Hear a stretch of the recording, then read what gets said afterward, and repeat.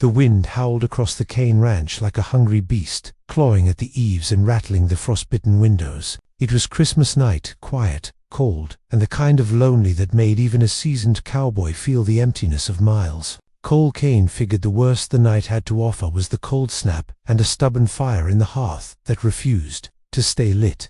But trouble had a habit of showing up when a man least expected it, and on this Christmas night, it arrived not with gunsmoke or hoofbeats, but with his daughter's scream cutting through the dark. Abigail Kane was 12 that winter, sharp-eyed, fast-talking, and more fearless than any child had business being. She'd gone out to the stable to check on their old mare, Birdie, muttering something about the animal acting fidgety and needing company. Cole didn't argue. Abigail had a way with horses. But the moment he heard her shout, half fear, half shock, he tore through the front door, boots half laced and coat unbuttoned, heart punching against his ribs. Snow swirled around him as he sprinted across the yard. The lantern in Abigail's hand flickered wildly in the stable doorway, throwing long, quivering shadows across the snow. Cole's grip tightened on the shotgun he kept near the porch. Too many times in the past year, desperate men had crossed the plains looking to take what wasn't theirs. Bandits, drifters, lost souls with empty pockets and darker intentions. He'd learned not to greet the unknown with kindness first. But when he burst into the stable, the sight that met him stopped him cold. Abigail stood by the hayloft ladder, eyes wide, lantern trembling in her hand. At her feet, huddled between two stalls, was a woman. Not a traveler, not a bandit, not a beggar, just a young woman in a torn winter dress, coat thin as paper, hair tangled and wet from snow. She knelt in the straw, shoulders shaking, her face hidden behind small, trembling hands. Cole lowered the barrel, though his guard didn't drop with it. "Ma'am," he said, voice low, steady. She flinched at the sound, curling tighter as if bracing for a blow. Abigail stepped closer, her boots crunching lightly through straw. "Pa," she was crying. "Birdie kept pawing at her stall like she was trying to get my attention. I thought maybe the mare was sick, but then I found her." Cole crouched slowly, careful not to spook the stranger. "You hurt? You run off from somewhere? 'Cause this ain't no night to be out wandering alone." Her hands lowered just enough for him to see her eyes, dark, swollen from crying, full of a kind of fear that didn't come from the cold. "Please," she whispered, voice almost too faint to hear above the storm outside. "Don't send me back." "Back where?" Cole asked. She shook her head violently, pressing her palms to her mouth as another sob escaped. Abigail, with all the tenderness only a child could manage on a night like this, removed her coat and wrapped it around the woman's shoulders. "You're freezing," she said gently. "Pa, we can't leave her out here. There were rules to the frontier, laws unwritten but understood by any good man. You helped those who needed help, unless doing so put your family in danger." Cole studied the woman's torn dress, the marks on her wrists, faint bruises beneath the lantern light. Someone had handled her rough. Someone had chased her, and whoever that someone was, they weren't far behind, judging by the fresh boot tracks near the fence line he'd noticed earlier that evening. Cole glanced toward the stable door. The storm covered the plains in a thick white curtain, good for hiding, bad for expecting peace. He straightened. "All right," he said. "You're cumin' inside where it's warm. No one's sending you anywhere until we know what's what." Her relief was instantaneous, a silent, trembling exhale. When Cole offered his hand, she hesitated only a moment before taking it. Her fingers were icy and small. Abigail supported her other side, guiding her slowly toward the house. As they crossed the yard, Cole searched the darkness. The storm blurred the world, but he couldn't shake the feeling that unseen eyes watched from beyond the fence, that whatever she escaped from wasn't done chasing her. Inside, the warmth of the hearth wrapped around them like a blanket. Cole's sister May looked up from the kitchen counter where she'd been slicing bread for their modest Christmas supper. "Lord above," she breathed when she saw the stranger. "What happened?" Cole helped the woman to a chair, found her in the stable, or rather, Abigail did.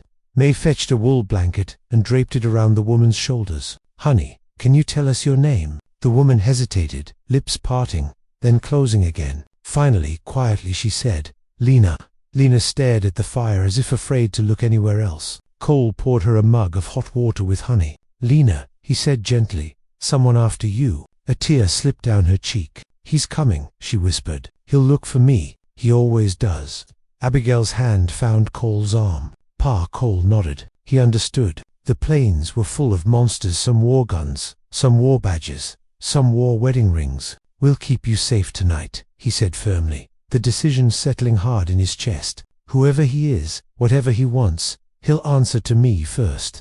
Outside, the storm beat against the windows like a warning. Christmas night had brought a stranger to their door, and with her danger rode on the wind. The wind had only grown fiercer, rattling the shutters and making the lantern flames tremble. Cole set another log on the fire, keeping his ear tilted toward the storm. He wasn't a man prone to nerves, but something about Lena's silence carried the weight of a shadow crossing the plains. She sat wrapped in blankets, staring into the flames as if afraid they'd go out. Abigail stayed at her side like a stray pup guarding a wounded bird. May worked quietly in the kitchen, her jaw tight with worry. None of them felt like celebrating Christmas anymore. Cole finally knelt beside Lena. He said, "Someone's cumin. I need the truth if I'm going to protect this house." Lena swallowed hard. "His name is Grant Mullen," she whispered. He thinks he owns me." She touched her bruised wrist unconsciously. "I worked at his tavern. He liked to say I owed him for my keep. I tried to pay him back, but he never let the debt end. Tonight, he locked the doors, said I wasn't leaving again, so I ran." Cole's jaw tightened. Grant Mullen. He knew the name, a gambler with a gang of hard-eyed men and a taste for cruelty. A man who'd carved out a slice of terror from Dodge Ridge to Pine Creek. Not someone you wanted hunting across your land. "He'll come for me," Lena whispered. "He always finds what he thinks is his." Cole rose slowly, the kind of slow that hid a gathering storm inside him. "Not here, he won't." Abigail tugged at his sleeve. "Pa, you ain't going out there alone."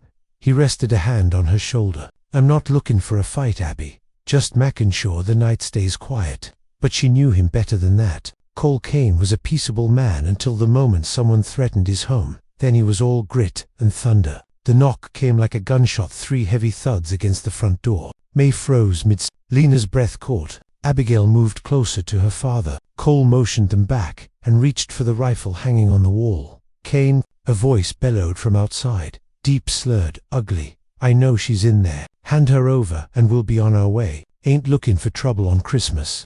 Cole felt heat rise in his chest. "Funny," he muttered. "You bring trouble everywhere else." He stepped onto the porch, rifle leveled, breath turning to fog in the frigid air. 4 men sat on horseback at the edge of the yard, lantern light glinting off revolvers. Grant Mullen rode in front, a tall man with greasy blonde hair and a wolfish grin. Snow clung to his coat like dust on a carcass. "Merry Christmas," Kane Grant called. "I just come for what's mine." Cole's voice was flat as a dry creek bed. "No woman's property. Lena doesn't belong to you." Grant chuckled low. "I fed her, housed her, clothed her. She owes me." "You're wrong," Cole said. "And you need to ride on." Grant spurred his horse a few steps closer. "Kane, you ain't stupid enough to stand between me and my woman." Cole's finger rested lightly against the rifle's trigger. "She ain't your woman." Grant smirked and reached for his gun. Cole fired first. The warning shot blasted into the sky, echoing across the frozen plains like a thunderclap. The horses spooked, rearing back. Grant cursed, jerking his hand away from his holster. The other men steadied their mounts, unsure whether to advance or flee. "You shoot me," Grant snarled, "and you start a war. You step 1 inch closer," Cole growled, "and you won't finish this night." Breath in. Inside the house, Lena sobbed quietly. Abigail stood in the kitchen doorway, her small hands pressed to her mouth. May paced behind her, whispering frantic prayers. But outside, something shifted. The storm's wind eased, snow drifting softer. And in the pale moonlight, the Kane Ranch looked like a lone island of warmth in a sea of ice. Grant Mullen stared at Cole, really stared, and for the first time seemed unsure. "Last chance, Mullen," Cole said, voice calm as a hanging judge. "Ride home. You ain't talking her." Grant spat into the snow. "Fine," he sneered. "You think this is over? You think you can hide her forever? I'll be back when you ain't watching, and I'll take her then." Cole stepped forward, raising the rifle again. "You cross onto my land again, and you'll answer for it." Grant's eyes flickered Dangor calculation, and just a spark of fear. With a jerk of the reins, he wheeled his horse around. His men followed, though one cast Cole a look of apology before disappearing into the blizzard's veil. Cole waited until the last hoofbeat faded before lowering his rifle. Only then did he allow himself a breath. Inside, Lena stared at him as he shut the door against the storm. "You shouldn't have done that," she whispered. "You don't know him. He's vicious. He'll keep coming." Cole knelt beside her, his expression gentler than his voice. "Listen to me. Ain't no man allowed to harm you under my roof. We'll talk to Sheriff Rowan come morning. Get you someplace safe." She shook her head, tears streaming again. "I've never had anyone stand for me." Abigail slid her arms around her. "You do now," she said softly. Later that night, as the fire crackled low and the storm finally quieted, Cole stood on the porch listening to the silent plains. The danger wasn't gone, not by a long shot. Grant Mullen would return, and Cole would be ready for him. But inside his home, a woman who'd known nothing but fear finally slept without trembling. It wasn't the kind of Christmas the Kane family expected. It wasn't decorated with carols or bright ribbons or laughter, but it was a night where a stranger was saved, a night where courage answered cruelty, and a night, Cole knew deep down, that had changed their family forever. Whatever came next, they'd face it together beneath the wide, cold sky of the western plains.